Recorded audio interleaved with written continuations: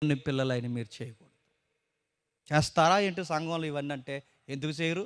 ఇక్కడ వాక్యం చెప్తుంటే టిక్కు టిక్కుమని వెనకాల వాట్సాప్ మెసేజ్లు పెట్టుకుంటారు. సంఘంలో చేయరు. ఇక్కడ వాక్యం చెప్తుంటే పనికి మాలిన వంకర చూపులు చూసుకునే వాళ్ళు ఉండరు సంఘంలో. పౌలు గారు ప్రభు ఎదుట అదే చెప్తున్నాడు చూడండి. పరిశుద్ధత ఎదుట మీ ఘటాలని ఎట్లా కాబట్టి దేవుని ఎదుట అతిపెద్ద భక్తి ఏంటో తెలుసా? పరిశుద్ధులుగాను నిర్దోషులుగాను మన ఘటములను కాపాడుకుంటేయే భక్తి.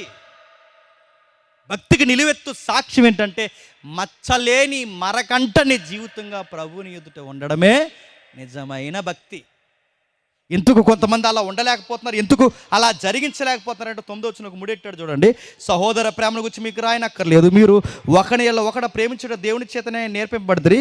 అలాగనే మాసిదోనియా రకరకాల ప్రాంతాలు చెబుతూ సహోదరులారా మీరు ప్రేమ యందు మరి ఎక్కువగా అభివృద్ధి నందవలనని సంఘమునకు